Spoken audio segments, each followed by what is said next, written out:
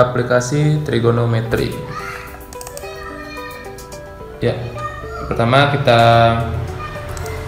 bahas dulu aplikasi trigonometri, langsung ke contoh soal ya. Lebih banyak ke soal deskripsi atau soal cerita. Diketahui segitiga ABC siku-siku di B. Jika sisi AC panjangnya 6 akar 3 dan sudut C 60 derajat, tentukan panjang AB. Ya, kita gambar dulu segitiga ABC siku-siku di B. Oke, dengan AC 6 akar 3, sudut C 60, AB yang ditanya ya. Jadi sisi yang diketahui adalah sisi miring, yang ditanya adalah sisi depan. Ada depan, ada miring. Apa itu? Sin, cos, atau tan? Yang ada depan dan miring yaitu sin ya, makanya kita akan gunakan sin. Ya, maka sin 60 adalah sisi depan per miring atau AB per AC ya. Sin 60 kan masih ingat ya, sudut istimewa ini ya, setengah akar 3 sama dengan AB per 6 akar 3. Jadi kita kali silang saja. 2AB sama dengan 6 akar 3 kali akar 3. Akar 3 kali akar 3 ya 3 ya. Jadi 6 kali 3, 2AB sama dengan 18, AB sama dengan 9. Oke, seperti itu pemanfaatan trigonometri ya, menghitung panjang sisi yang belum diketahui. Coba lagi. Oke, sekarang diketahui segitiga PQR, sudut R45, PR 12. Yang ditanya QR.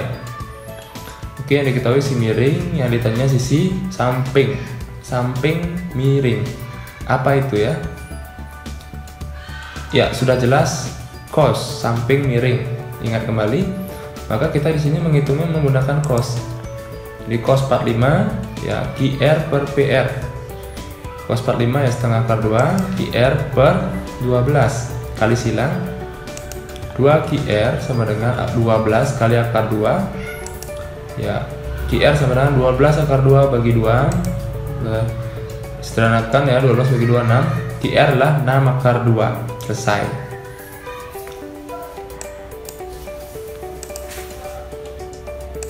Oke, ini bisa kalian coba sebagai latihan ya, dengan konsep sin, cos, atau tan. Tergantung apa yang diketahui dan apa yang ditanya, maka kalian bisa menentukan menggunakan sin, cos, atau tan.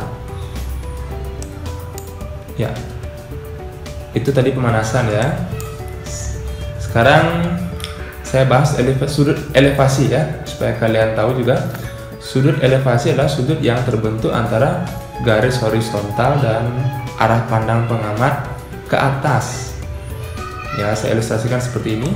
Nah, ini pengamat, garis horizontal dan arah pandang ke atas. Akan terbentuk sudut alfa, ini sudut elevasi namanya ya. Berkebalikan dengan sudut depresi yang terbentuk antara garis horizontal dan arah pandang ke bawah. Jadi gambarnya seperti ini ya, itu depresi dia, matanya atau arah pandangnya ke bawah. Oke, soal-soal aplikasi trigonometri lebih banyak menggunakan elevasi dan depresi nantinya. Silahkan cermati soal ceritanya. Soal pertama, seorang anak melihat ujung tiang bendera, berarti dia melihat ke atas dengan sudut elevasi 60. Oke, 60 sudut elevasi berarti sudut pandang ke atasnya 60.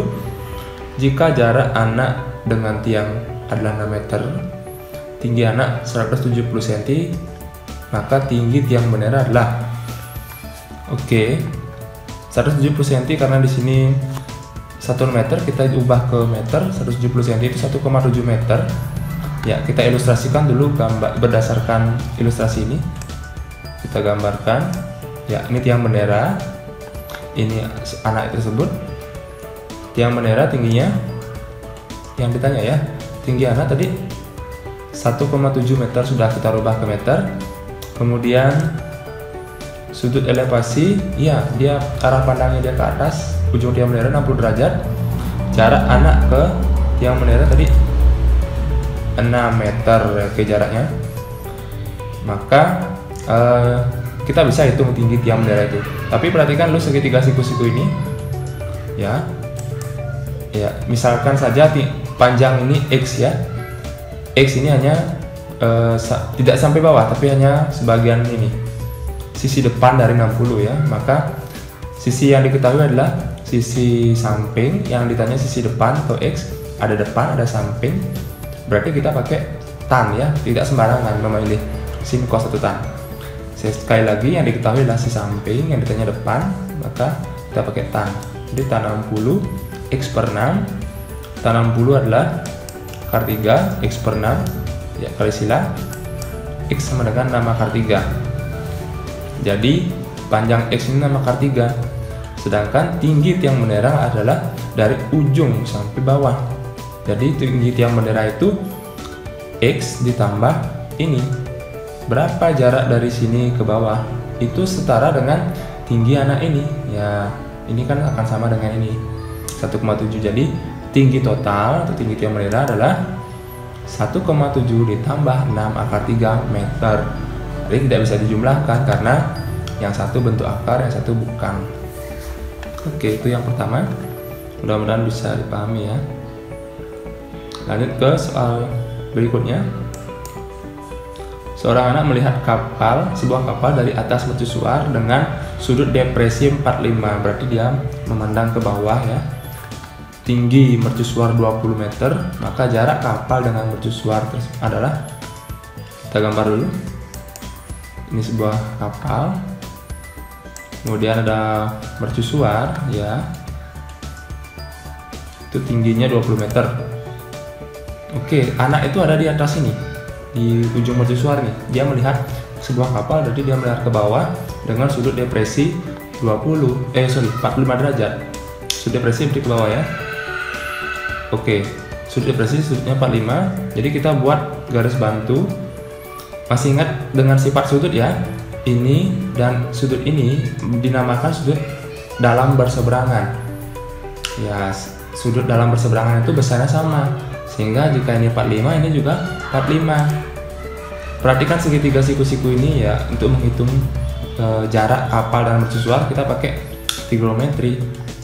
Ada sisi depan, oke, yang ditanya apa? Sisi samping. Oke, depan samping pasti pakai tan ya. Jadi, atau kita misalkan X dulu ya, X. Jadi sisi depan yang diketahui, yang ditanya sisi samping X nya, berarti pakai tan. Dari tan 45, 20 per X, tan 45 ya 1, 20 per X kali silang X sama dengan 20. Jadi jarak kapal dan mercusuar itu 20, sama ternyata ya. Ya, mudah-mudahan bisa dipahami. Jadi banyak sekali aplikasi dari trigonometri ini, kegunaannya banyak ya.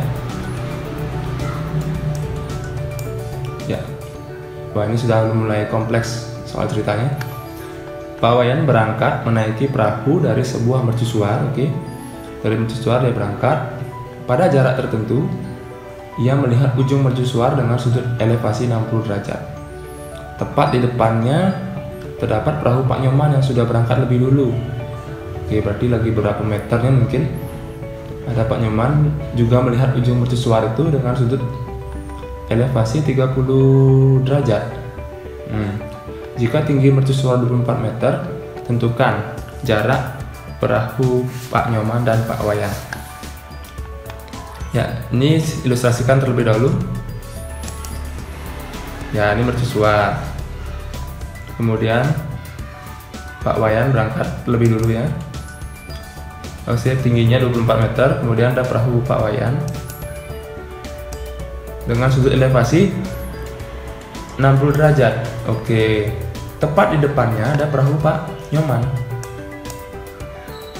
Ya, dengan sudut elevasi 30 derajat. Oke, seperti ini ilustrasinya ya. Berarti misalkan saja kapal atau perahu Pak Wayan ya, dengan mercusuar itu, ini yang paling ujung ini Pak Nyoman ya.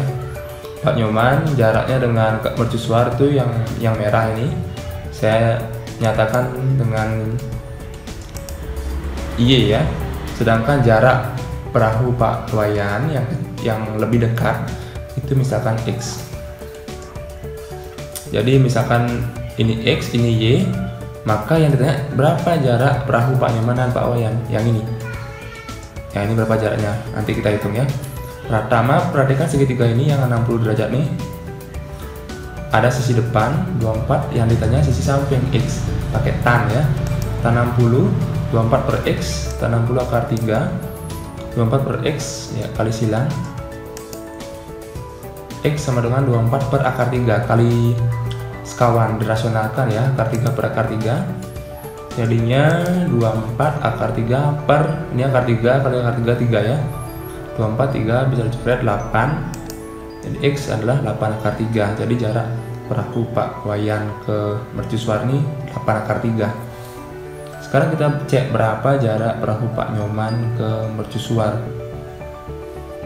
Lihat sudutnya 30, berarti kita pakai tan 30 ya, depannya 24, sampingnya Y. Tan 30 24 per Y ya, sepertiga akar 3 24 per Y kali silang Y sama dengan 24 dibagi 1/3 akar 3, berarti dibagi 1/3 akar 3 sama dengan dikali dibalik ya, 24 kali 3 per akar 3 72 per akar 3. Kita rasionalkan kali akar 3 per akar 3 72 akar 3 per 3, 72 bagi 3 bisa disederhanakan ya, 24 akar 3. Jadi jarak perahu Pak Nyoman ke mercusuar itu yang lebih dulu berangkat 24 akar 3. Oke, kita sudah punya data ya. Jarak X 8 akar 3, jarak Y 24 akar 3. Jadi jarak perahu Pak Nyoman dan Pak Wayan ya, berarti kan sisanya ini ya, tinggal dikurangi aja, Y kurangi X, jadi 24 akar 3 kurang 8 akar 3, 16 akar 3 meter ya, kurang lebih seperti itu. Mudah-mudahan bisa dipahami ya. Ini ada 2 soal cerita ya, bisa kalian coba di rumah, gunakan konsep trigonometri tadi ya, sin cos 1 tan ya. Yang menjadi permasalahan di sini adalah bagaimana mengilustrasikannya. Kalau kalian sudah bisa mengilustrasikannya, hitung-hitungannya saya rasa tidak masalah ya.